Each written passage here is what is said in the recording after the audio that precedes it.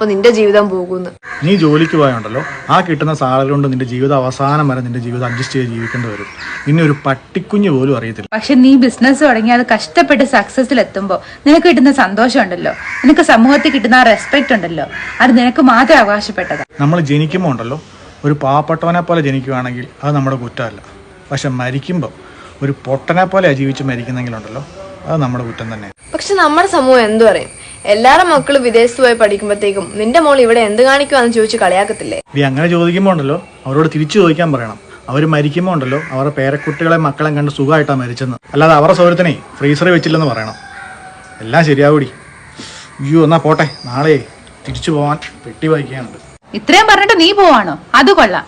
അല്ല, ഞാൻ ഒരു കാര്യം ചോദിക്കട്ടെ, നീ ആഗ്രഹിക്കുന്ന സ്ഥാനത്താണോ നീ എത്തി നിൽക്കുന്നത്? അതിനുത്തരേ ഞാൻ നേരത്തെ പറഞ്ഞ ഇവരുടെ പ്രായത്തിൽ ഇതൊക്കെ നടക്കത്തുള്ളൂ.